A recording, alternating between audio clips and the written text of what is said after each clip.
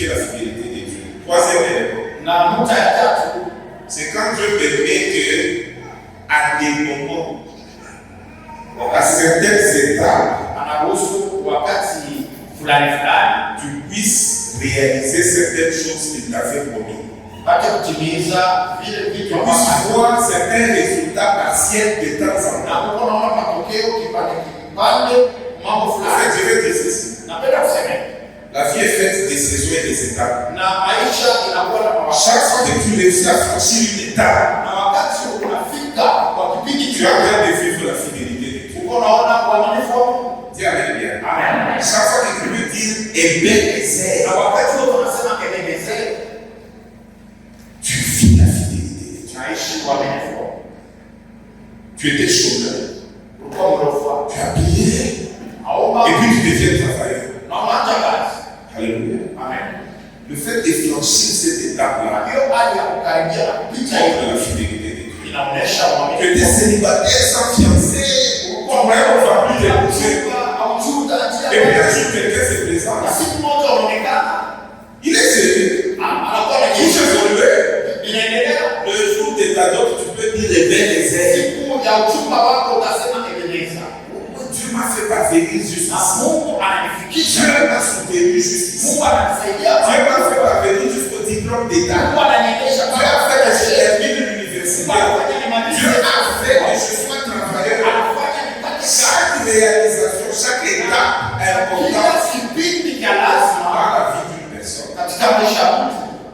Prouve la fidélité. Je suis aussi l'esprit maman. On a aussi épousé ma fille. Si je deviens grand-parent. Parce que c'est même chose que tu peux négliger là. Tu ne sais pas combien de gens cherchent ça sur la terre. Chaque fois que Dieu peut faire dans ta vie que tu avances de manière significative, sache que tu as vécu un acte de la fidélité. Dieu t'a soutenu. Dieu t'a accompagné. Et Dieu t'a fait parvenir des résultats parmi. Tu augmentes ta valeur sur la terre. C'est pour ça que l'homme, un de ses grands problèmes,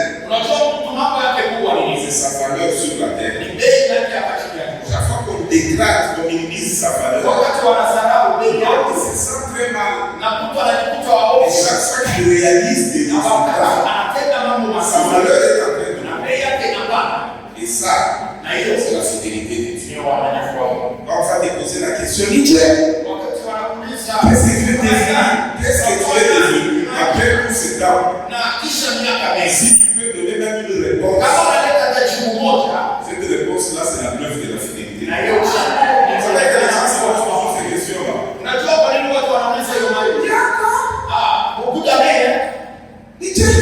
C'est comment? Écoutez, Ça se passe comment? je réponds par exemple.